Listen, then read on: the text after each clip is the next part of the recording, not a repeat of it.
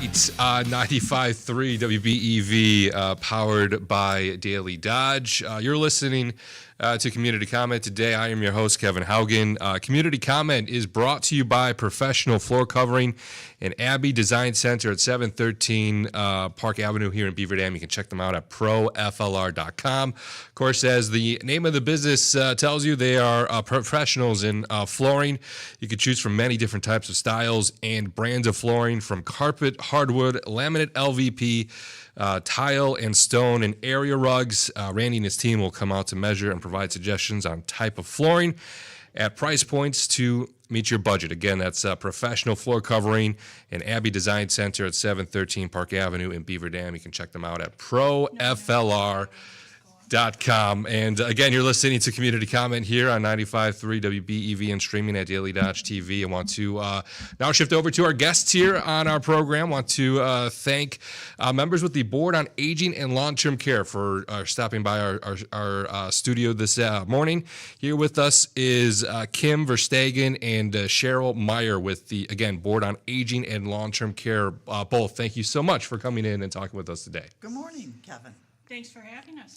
Absolutely. And sort of a bit of a quick turn around to get you on here this morning. So it's my fault I didn't inform you guys that you were going to be on TV. So I apologize for the last minute alert there. So thanks for going with the flow here this morning on Community Comment. But we're going to focus our program today about volunteerism and kind of how that factors into what you guys do with the Board on Aging and Long-Term Care, and really share what your role is and kind of what you'll be doing in that capacity as well here over the next couple of months. But I would like to start off just highlighting what the Board on Aging and Long-Term Care is, and what you guys focus on, and what your mission is, what your values are, what you guys do with that organization, kind of how it all began. It began, I think, if I recall correctly, back in the 1980s, was kind of the original starting point for this program. 84, I believe. Yeah, 84. Yeah, so it's been around quite a while. But Kim, you were on with us back in the fall, I want to say, several months ago. It really was a great opportunity to chat more about what you guys do. But it's been a while. I like to say that I have a good memory, but I don't remember everything that we talked about. So it's a great, I think, starting point to highlight just kind of what the Board on Aging and Long-Term Care is, and again, what you guys do. And I will toss that out to whoever would like to jump on that topic first. So. I knew you were going to do that. Yeah, all right, I guess I will. So the Board on Aging and Long-Term Care is through the state of Wisconsin, and we have 3 programs under our umbrella. So we have insurance counselors that help people with their Medicare and Medicaid insurance questions and help them find the best possible policy for their money, and all our services are free of charge. We have an ombudsman program, so our regional ombudsmen represent all 72 counties in the state, and they take on concerns through an 800 line and make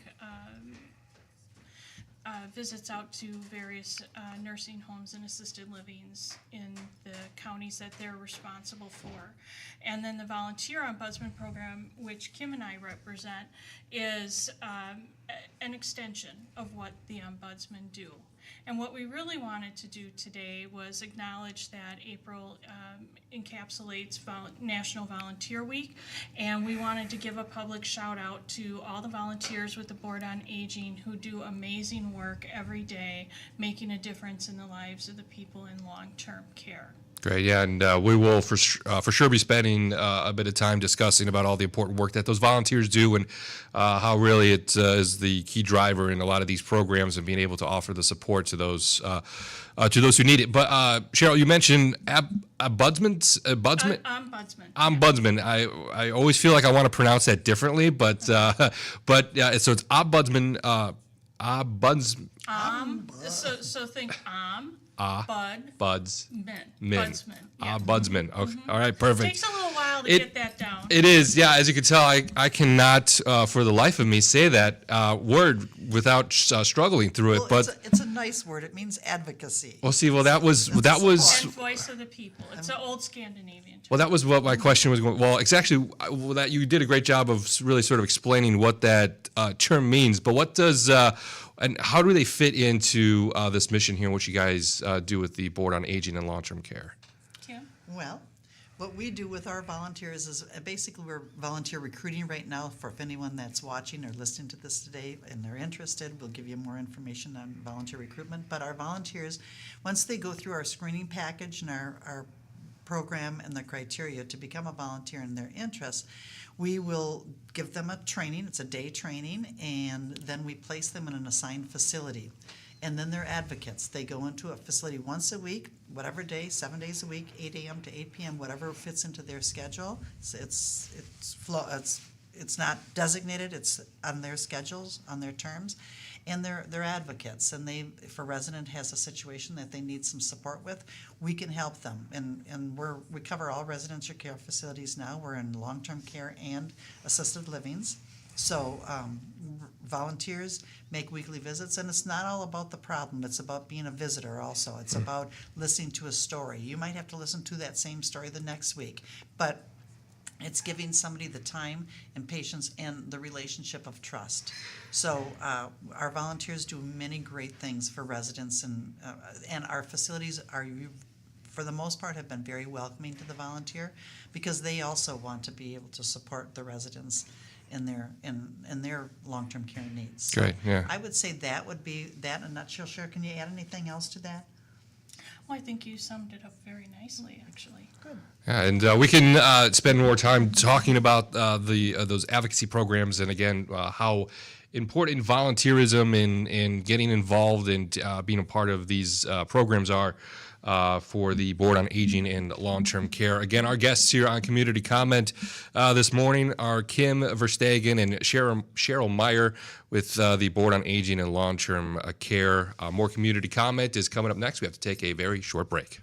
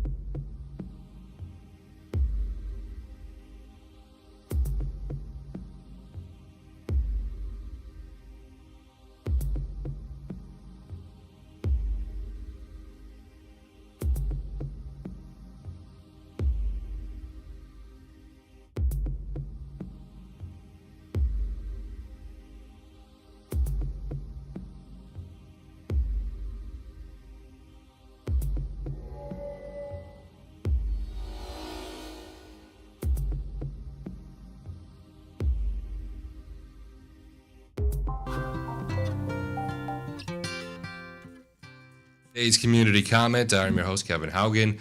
Community Comment is brought to you by Professional Floor Covering and McKinstry's Home Furnishings.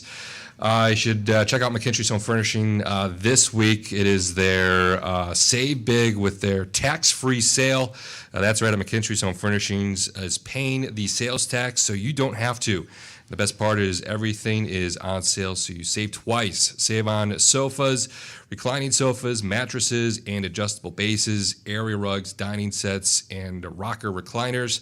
But hurry, the sale ends on Monday, April 14th. You can save big on all name brand furnishings, including Simmons, Beauty Rest, Lazy Boy, England, Howard Miller, area rugs, and more. Of course, delivery is free, financing is free, and tax is free. So don't miss the tax-free sale going on now at McKinstry's Home Furnishings in downtown Beaver Dam this week through Monday, April 14th, where customers matter and quality counts. Again, you're listening to Community Comments here on 95.3 WBEV, powered by Daily Dodge and on Daily Dodge TV. Our guests here this morning are with the Board on Aging and Long-Term Care. With us is Kim Verstegen and Cheryl Meyer. Here on Community Comment, we are focusing on volunteerism, and it's Volunteerism Month, and this is where we appreciate a lot of the people that do take part in these programs that rely heavily on people who give of their time and volunteer and support in that capacity. And want to start off this segment here asking, we highlighted a little bit in our first segment kind of what the Board on Aging and Long-Term Care is, what you guys do, and how important that is for those who need these services and have somebody who can advocate on their behalf and support them. But let's ask now, where do you guys serve? What service areas do you guys provide? Obviously, now you're just starting to come in here to Dodge County too, and provide services locally in our listening area as well. So unlike the regional ombudsman that cover all 72 counties, the volunteer program currently covers about, we're at, 36? I think so, 36. 36 counties, and Dodge is a newer county for us. So we are just getting set up and are excited to meet the people and see if we can get some help for the program. Great, fantastic. Now, how many counties do you guys, I may put you to the test here, how many counties currently right now does the Board on Aging and Long-Term Care provide services for here in the state of Wisconsin? For the volunteer part? Yes, It's yes. 36. 36 counties, okay. 36 counties. And as far as the regional ombudsman, that's the entire state. Entire state. So, and that number, has that been growing, that 36, has that been growing here in the last couple of years in terms of being able to get more outreach and get plugged into more counties and find volunteers on a local level to help support what you guys do? Well, like you said, I had come in fall, and we were just kicking off the assisted living project program, and now we've expanded that in our counties, our 36 counties. So that's part of Dodge County is one of those, and we know that we have plenty of facilities, both skilled nursing facilities and assisted living communities that do need a volunteer advocate, and that's Dodge is our area of support systems that we would like to provide for our residential care facilities. Fantastic. Now, how would what is what does somebody who is in a volunteer capacity do for the Board on Aging and Long-Term Care? We'll talk about in a moment just kind of what are the pluses for volunteering, but what is somebody is hearing about this for the first time and say, yeah, this is something that I may be interested in. What are some of the roles and responsibilities that they would be tasked with? Well, first of all, it's really, we like to call it a friendly visitor on a mission for advocacy. So when somebody's going into a facility, they're making visits about once a week, they're unannounced. And they're starting with the visit. You have to build relationships with people in order to gain trust. And the trust is a really important factor because the people living there are depending on the folks that are caring for them. So it may not be too easy to talk about when things aren't going the way that they would expect them to go. So one of the advantages of the Board on Aging is we are not an employee of the facilities that we visit. So we give somebody that independent ear, and sometimes it's incredibly helpful to have that third person around when there needs to be some give and take from both sides, and they can help influence them to for the resident and for the staff to come together, try to understand each other, and come to a resolution that is acceptable to both sides. So that it. And let me just add that when there is a situation that needs some advocacy and it's above and beyond the volunteer, we don't want the volunteer to carry some of the heavy load Sure, that yeah. can happen. So we refer it. We're a referral source to our regional ombudsman. So then the regional ombudsman can be. The volunteer can say, I have a situation, and we get our regional ombudsman involved, and they can find the solutions for our residents and our facilities. And the program on the whole is about educating people about the healthcare system, how to navigate it, and how to advocate for themselves if that is the direction they want to go. And if they are not comfortable advocating for themselves, that's when either the volunteer or the regional ombudsman can step in and provide support to that resident. Great, fantastic. Now, what are some pluses for being a volunteer and helping out in this capacity?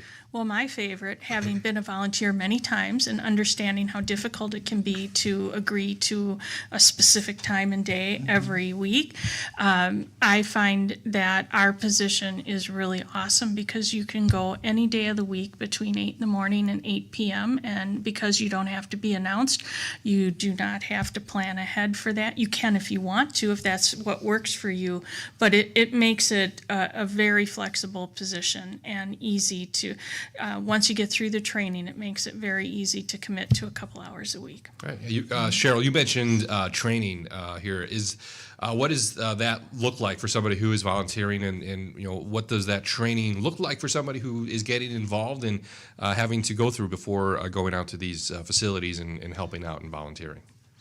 Okay, so we start out with a one-day training that they work with a coordinator and a regional ombudsman, provide the class. Sometimes some of our other administrative staff will come to lend a voice to some of the things that they do, and to welcome the volunteers in. Beyond that, once somebody's in the program and getting started, we have mentoring, so they are mentored a couple times on shift with other volunteers, so that they can have some guidance in how to get started. So we're not just throwing them into a facility and say, here you go, figure it out. We're making sure that they're comfortable in what they're doing before they get started. We also provide monthly online trainings with guest speakers to cover topics that are important to the aging population and long-term care. And we have support calls that we do monthly with the regional ombudsman and the volunteers in order to keep everybody in the loop and well informed on what is going on at a particular facility. And that's also meant to be a support system, an opportunity for people to talk about hot button issues that may be coming up or other things that they might be seeing. And we meet in person too, just to get together and blow off some steam and talk about whatever is on the minds of our volunteers at the time. Great. It sounds like it's a real close-knit support group for those who are part of this and be able to share their experiences with others, because sometimes there's things that I'm sure are that happen at these facilities that I'm sure a lot of people would like to get off their chest and share with others, and it's great that they have those opportunities to do so. And for those who are interested in getting involved in volunteering, what's the first step that they have to do in order to find out more or get their name out there and say, hey, this is something I'm interested in. What do I need to do first to be able to volunteer? The easiest thing to do is call our 800 number. 800-815-0015. And let the person know if they get a live person on the phone, let them know they're interested in volunteering. If they get voicemail, they can do the same. And just say what county they're in, and they will get routed to me directly. But if it's somebody who happens to be listening from another county, call anyway, and you'll get routed to the right person. Perfect. Great. And maybe this is a good opportunity, and I did a terrible job as host here to be able to express this before we really dove into this conversation. And Cheryl, that's your role here in locally here in Dodge County. Essentially, you are the volunteer coordinator. So you're going to be on top of making sure that all the volunteers are where they're supposed to go and in charge of what they're doing. Just talk a little bit more about your role in this capacity, and maybe even how you ended up in this job. Oh, okay. My role, I really see my role as being a support system. I really enjoy what I do because I get the opportunity to lift people up who want to lift others up. And sometimes just a simple smile can make somebody's day. And so it's important. There are some people who never have visitors, so it's really important that we go in and spend some time.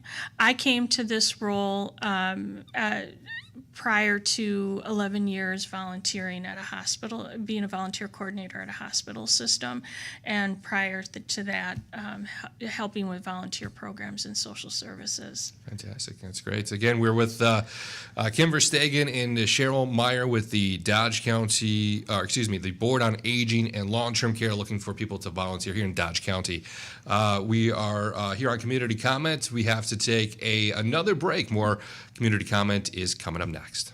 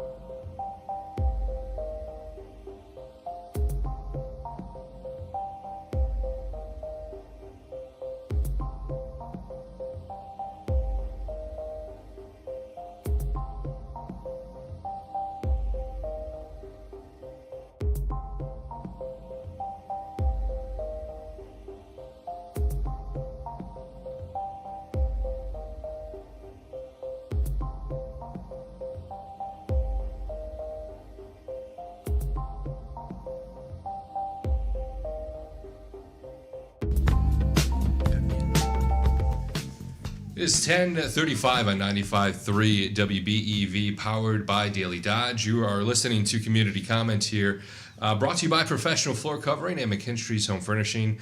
I am your host, Kevin Haugen. Our guests here on the program this morning are with the Board on Aging and Long-Term Care.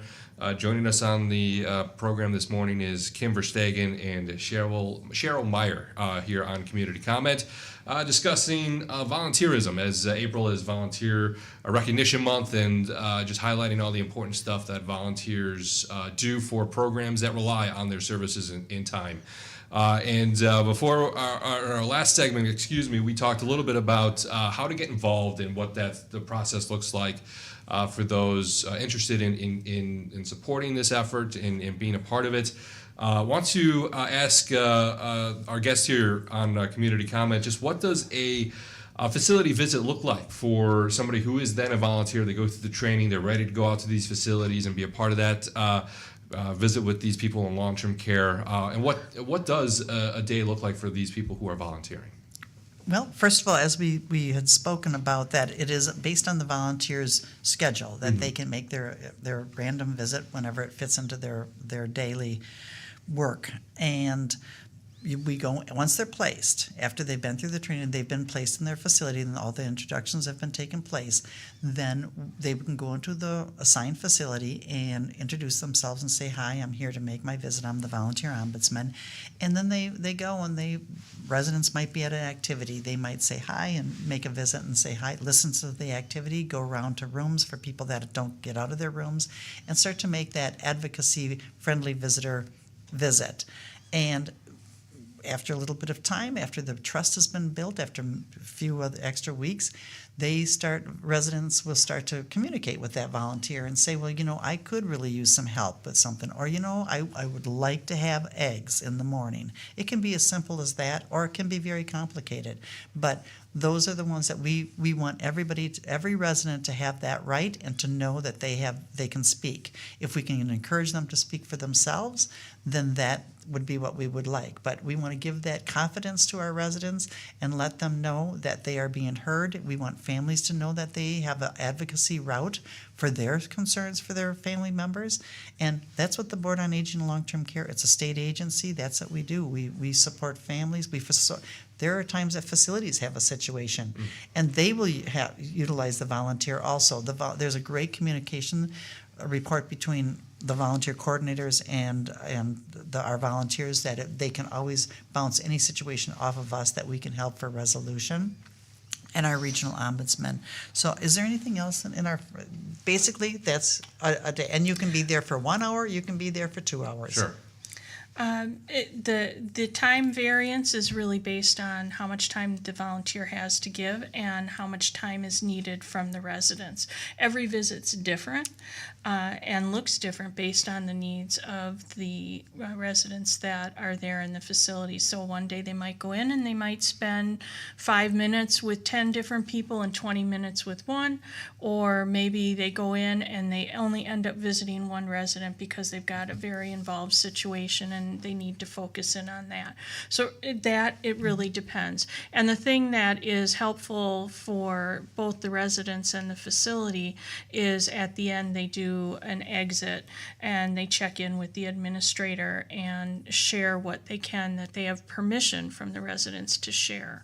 So we always have to ask their permission to share their stories. They have a right to say, "No, I don't want you to talk about that. Sure. I just wanted to tell you." Okay. Yeah, that's a very, I neglected to mention that's a very important feature, that we cannot do any reporting without the resident's permission.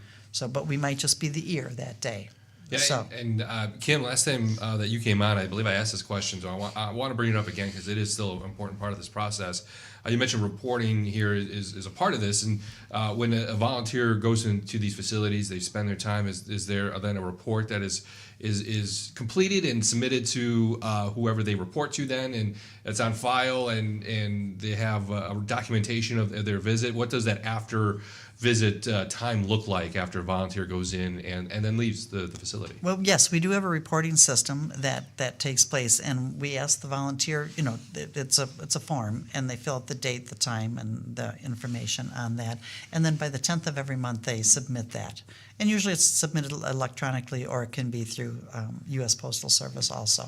So, but the report is coming back to the Board on Aging. So they Right. answer directly to us as volunteer coordinators. We're their supervisors, but their reports are for the Board on Aging. So any staff person at the Board on Aging can utilize that information. Great, fantastic. Now you mentioned there's really important collaboration between the volunteers that come in, what you guys do with the Board on Aging and Long-Term Care, and those who run and operate these facilities on a day-to-day basis, who are there every single day. Has there been any feedback or anything that they've told you guys as how important it is to have people come in? Because obviously they're busy with other tasks and responsibilities that are required to keep a facility up and running. And again, we hear all the time about how short-staffed that they are and dealing with a lot of the workload and stresses that come with that job, and just how important it is to have somebody come in who can be an ear for those who live at these facilities to talk with, or if they have something that they need help with, that they can have people who that can listen and answer quickly. And obviously it's not that the staff there don't want to help out and be an assistance of those who live there. It's just that they're stretched thin as it is. So I'm sure having a program like this to come in and work alongside those who are at these facilities is really an important benefit to the people who are working there on a day-to-day basis. I think one of the trends that I'm seeing more is that the nursing home staff is really open to and likes the idea of a volunteer coming in, catching up with someone who's recently moved in, see if how their move went. Do they understand all of the things about their new living community that they need to know? Did they get all of their things transferred that they wanted? Those are helpful follow-ups, and sometimes the staff doesn't have time past the initial check-in to really spend. That takes a little time to go through that. They also really like to point out to us people who don't get many visitors, or people who like to have visitors.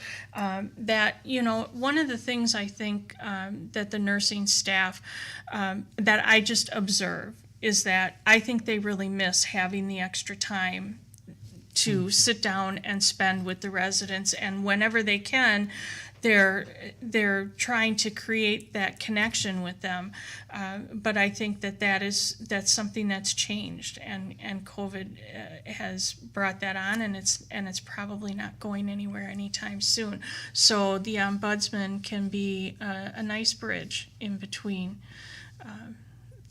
that break in service. Yeah. And definitely our facility staff or our administrators, I've had them say, they have multiple facilities, and they'll say, could you find us a volunteer for over here? Sure, yeah. And so, that's a great compliment. And if we can be that person, and our volunteers have that compassion, that care, that empathy, that there usually is a very positive relationship that develops between the staff and the volunteer. Is that how that partnership sort of is built here? Is a lot word of mouth maybe? Obviously, or you guys do reach out to all these facilities that you guys want to provide services for and say, hey, this is what we do.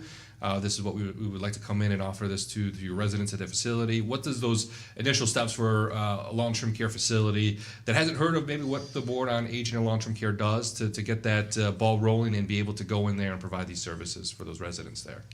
Well, every facility does know about us because the regional ombudsman cover, but I think not every administration will, or every staff person in the administration will know about the volunteer program or have worked with it. So it's really easy to set up that partnership when the folks that are working at the facility have worked with a volunteer ombudsman before, so they kind of know what to expect. But if they don't, then we do sit down and talk about expectations and what that will look like when we're coming into the facility and what they can do to help us be successful.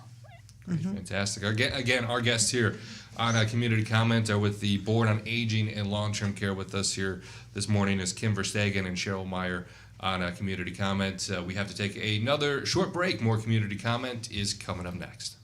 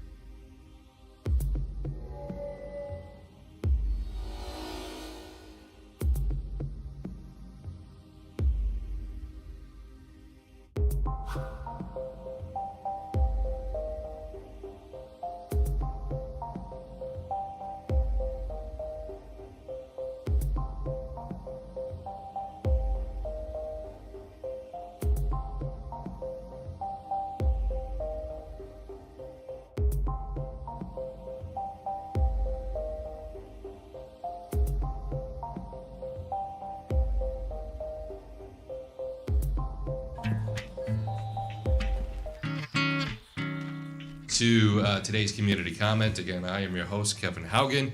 Community comment brought to you by Professional Floor Covering and McKinstry's Home Furnishings here in downtown Beaver Dam. Our guests here on the program this morning are with the Board on Aging and Long-Term Care. With us is Kim Verstegen and Cheryl Meyer, and to talk about the volunteer advocacy program with the Board on Aging and Long-Term Care and the need for volunteers in the Dodge County area and how important that service is and everything that they provide for those residents in those facilities. And talking about things that are provided for residents at those facilities, we talked a little bit during the break here about the rights of residents and that they need to know what those are. And there's a card that they're given that sort of highlights what their rights are. And Kim or Cheryl, I'll let you kind of take that over. Well, that's definitely what we uphold is the resident rights for every facility visit that our volunteers make. They get a card that they give to our residents based on the rights of dignity, respect, and freedom. There's a whole series of rights that residents have that sometimes they're not aware of and families aren't aware of, and that's what we uphold, to make sure that our residents know that they have rights and that they can speak up and they can. But I don't want to always focus on the problem, because really a lot of this is a visit with advocacy attached to it. But we like to educate people. And we like to let our volunteers know, and like we add on to our regional ombudsman. Regional ombudsman will go into a facility that may need a training for their new staff. It's all free of service. And our volunteers will be a support system for our regional ombudsman also. So we can refer and say, well, maybe to a facility we can say, you might want a regional ombudsman to come and address training for your staff. Yeah. and that they can do that. And we're always based on resident rights and the series. So anything else to add on to that, Cheryl? Well, I just think the agency as a whole has an amazing service. Everything is free of charge, and it's really a wonderful example of your tax dollars at work. Because if you have questions about Medicare or Medicaid, you can call in and you can get help. If you have someone or you are someone living in long-term care and you feel that you would like somebody to provide some support and advocacy, you can call in. And one of the biggest compliments that our volunteers get, because we're talking about Volunteer Recognition Month, the biggest compliment that they get is when a resident calls the 800 number and says, I'd like to see this person, or I'd like to talk to them. That tells us our program's working. Word's getting around, and people are not waiting until the next time they see the volunteer come in. They're saying, I would really like to talk to you. Yeah, and we talk about recognizing the work of volunteers, and it's a great way to have these volunteers be appreciated for the work that they do, and show that their time and service is very valuable to these residents who are using this program and taking advantage of that. And it's a great opportunity for, I'm sure, the Board on Aging and Long-Term Care to be able to recognize how important it is to have these volunteers to come in and recognize, again, the important volunteer work that they do. I'm sure people's faces light up when they're told, hey, this individual at this building wants you to come back. They want to hear from you again. They want to just talk and chat with you. I'm sure it makes their days as well when they get that information. I'm sure. Absolutely. It means a connection was made, and that's the most important part of the process. Yeah. Did we're going to review our contact information also. Absolutely. That's a great time to do that, Kim. Yeah, that's a great idea. So if anyone is interested in volunteering or needs information on the Board on Aging and Long-Term Care, we have an 800 line. It's 1-800-815-0015, or otherwise you can go to our website, which is longtermcare.wi.gov. So that's a contact information for anyone that wants to utilize the service or become involved as a volunteer. We'd be grateful. And it is Volunteer Recognition Month, so we want to shout out to all volunteers that are giving their service and their time to the agencies. But we really appreciate volunteer ombudsman, especially here in Dodge County. I wish I had the exact number of our skilled nursing facilities and our assisted livings, but it's such an expanded service area now with our assisted living communities that volunteering and having a volunteer in every facility, which would be a goal, that it would support the system and our residents a great deal. So.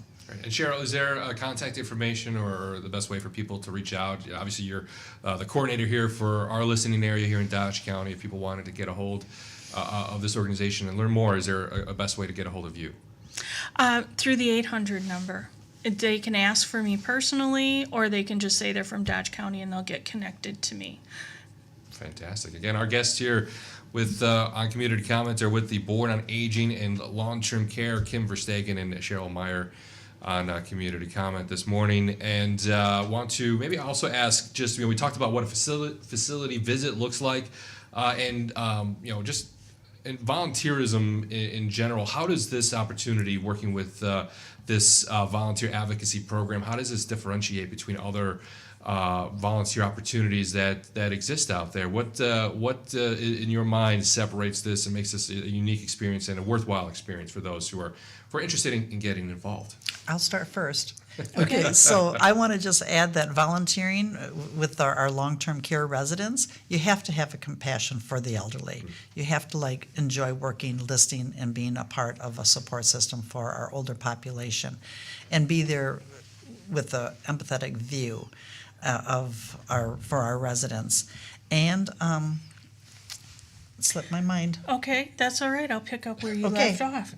So I really think this is a unique opportunity for volunteers because it gives you either a chance to continue developing and working on your skills in advocacy and mediation, or for maybe some of the younger viewers, this is an opportunity to build up your resume and really have an opportunity to get out and practice in a very professional role. We really this presents. I've done a lot of volunteering in my time, and all volunteering is important. Everything going on in the community is important, but specifically if you're looking for something that will give you a chance to really develop your interpersonal skills and your mediation skills and your advocacy and understanding how things in your community work and what's available for people, that this program is a good place to do that. And I can say just working here, as I found incredible how much you learn about just long-term care, health care in general. It's an education. It is an education. We don't want to limit it to our older retired population either as volunteers. It's a student base is very important. Like Cheryl mentioned, resume building. It's a great key to working if you're going to be a social worker or anyone that wants to work in the human service development part. This is a great and enjoys working with the older population. So this opportunity is open to those in high school still or going into college. What is there an age minimum that you have to be in order to be a part of this program? Yeah, I would definitely say you should be a sophomore in college before Yes. you apply. Okay. But from there, any age, sophomore and up would. Yeah, my oldest volunteer I think is about 85. So, and the youngest ones are as we develop our program, especially with our assisted livings, we're doing more presentations with our college students, Yeah. college base, telling them get involved now because that volunteering does open up doors, and it does lead you to different opportunities. And getting the word out is important. That's why you guys are here on Community Comment today, sharing that important information with our audience and viewers here on Community Comment this morning. Before we wrap up our show here this morning, I want to one more time give our guests an opportunity to get that contact details and information for those listening out here who are interested in learning more and getting involved. So they can call 1-800-815-0015, or they can go to longtermcare.wi.gov. Fantastic. Well, I want to, one last time, thank our guests here on Community Comment for taking the time to join us on the program this morning with the Board on Aging and Long-Term Care, Kim Verstegen and Cheryl Meyer, with us here on Community Comment this morning. Both, thank you so much for coming. Thank you. Yes, thank you. We were so great to come out. Yep, Dodge County. I'm looking forward to maybe having this conversation again down the road and talking about the successes and more opportunities for people to volunteer with, again, the Board on Aging and Long-Term Care. But that will do it for today's Community Comment.